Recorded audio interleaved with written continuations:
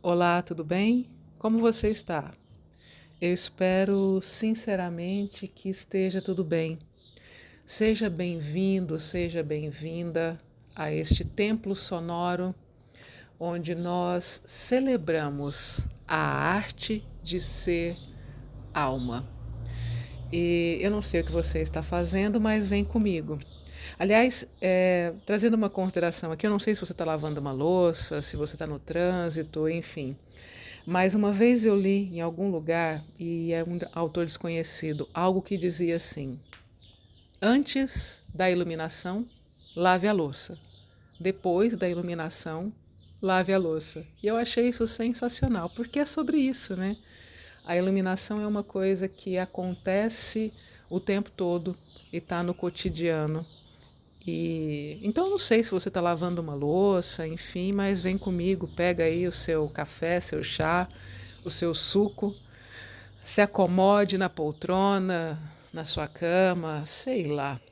Mas vamos lá. Eu estava aqui pensando, né, sobre algo que eu quero trazer aqui. Eu estava pensando sobre essa coisa do servir, esse movimento de se colocar a serviço do outro. E me veio uma percepção muito clara que se a gente não toma cuidado, existe uma arrogância escondida aí. Uma arrogância tão sutil que a gente nem percebe. E isso toca diretamente na questão do merecimento e do equilíbrio entre dar e receber. Porque a verdade, dentro do que eu percebi aqui, é que a dificuldade em receber tem tudo a ver com o lugar de onde eu dou. Se eu dou a partir de um lugar onde eu me sinto superior, eu inevitavelmente vou ter dificuldade quando alguém quiser me dar algo. Porque uma parte minha vai assumir que o outro também está me oferecendo da mesma posição de superioridade. E para não me colocar no lugar de, entre muitas aspas, inferior, eu me recuso a receber. É sutil, né? É sutil, inconsciente, é quase imperceptível, mas está lá. É uma sombra, né? E esse ano, né, eu já tinha sido convidada muitas vezes. Tá ouvindo o galo cantando? Legal, né? Pois é, eu gosto disso, desse movimento da vida acontecendo em volta.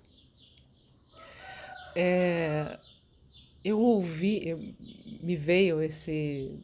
Eu já tinha sido convidada algumas vezes para fazer parte do Vale do Amanhecer e nunca tinha aceitado. E esse ano, por algum motivo, eu acordei e falei: agora sim. E trabalhando como médium ali no Vale do Amanhecer, cara, foi um lugar que me ensinou sobre humildade assim, a humildade de servir de um jeito bruto, direto e luminoso. Foi assim, meu Deus, como eu amo. Eu não sei descrever.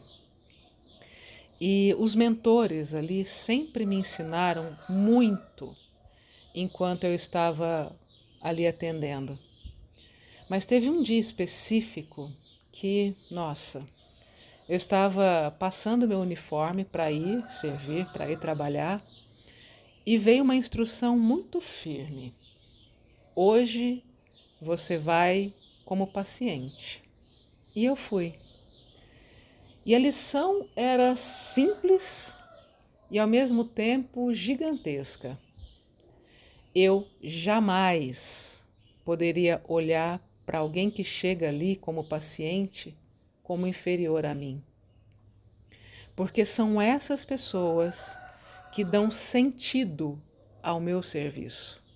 São elas que permitem que eu sirva. Nada existe sem elas.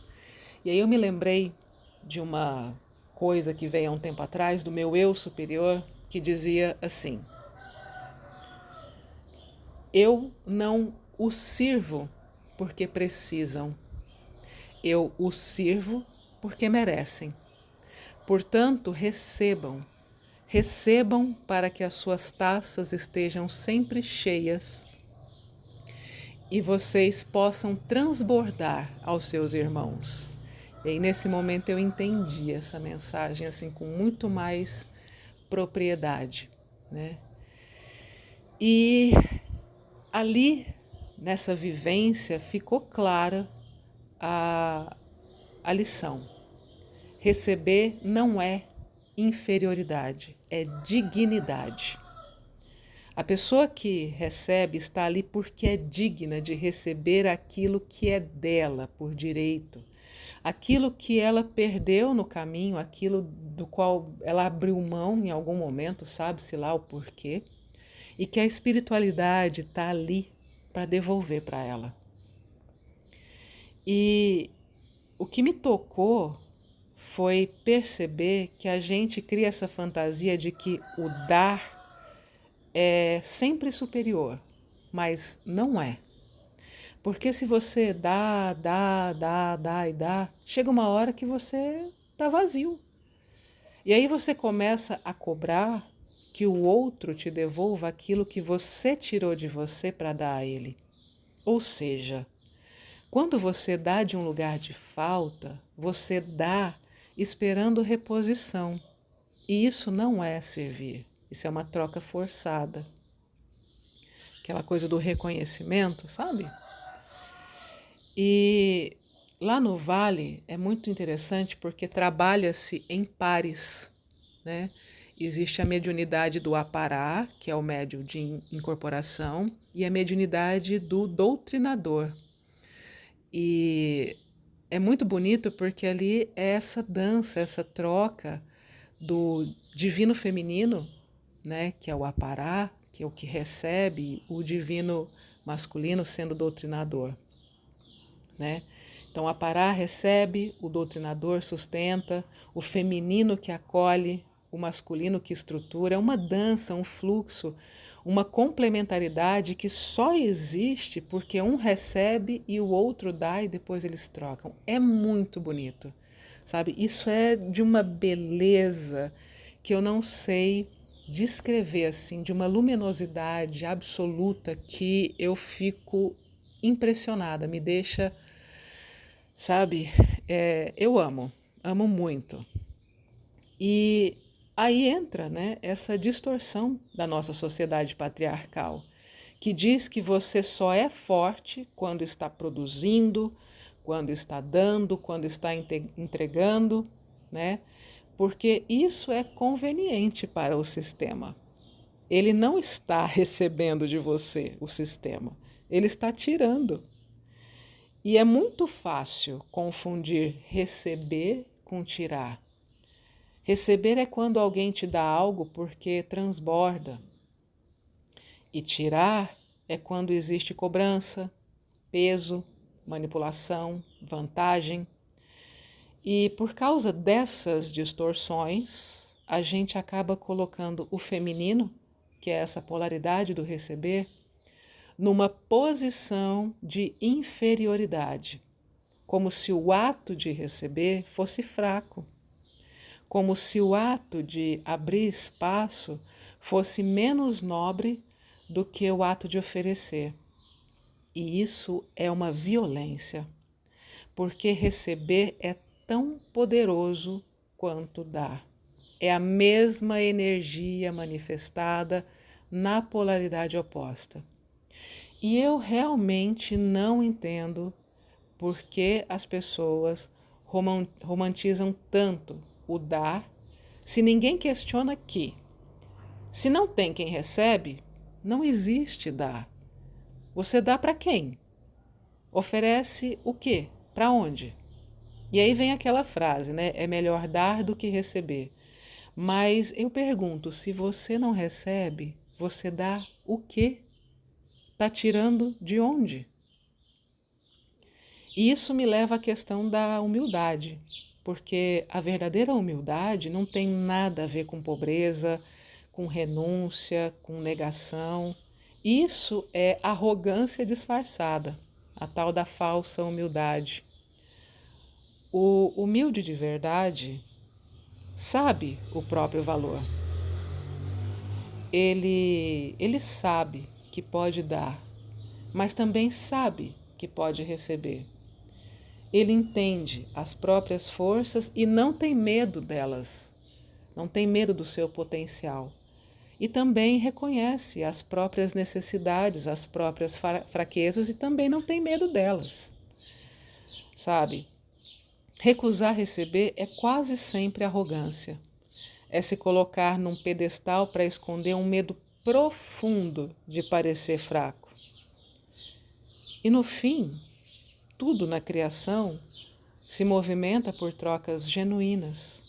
O masculino oferece a semente, o feminino recebe, nutre e devolve vida, algo infinitamente maior do que aquilo que recebeu.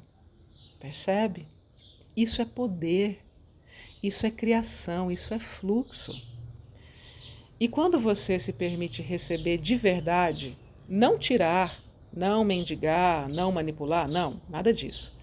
Mas receber porque é seu por direito divino, aí você se torna inteiro. E quando está inteiro, você dá de um lugar de transbordamento e não mais de um lugar de falta. Então eu deixo a reflexão. Por que receber me faz parecer fraco? Por que aceitar o que é meu me ameaça? A quem interessa que eu não receba? Quem lucra quando eu me recuso ao que é meu? Né? A gente precisa muitas vezes questionar as coisas, fazer questionamentos. Porque até citando o exemplo realmente do vale, porque se as pessoas que vão ali no vale, seja no vale ou em qualquer outro lugar de cura, e realmente recebessem o que é delas, elas nunca mais voltariam. Olha que maravilha.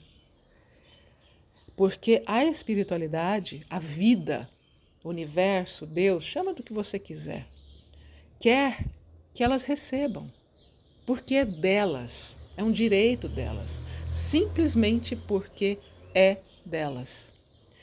E que a gente também aprenda a olhar para o nosso feminino interno, e aqui independentemente do seu gênero, tá? Porque a gente está falando dessa polaridade interna que habita todos nós, do feminino interno.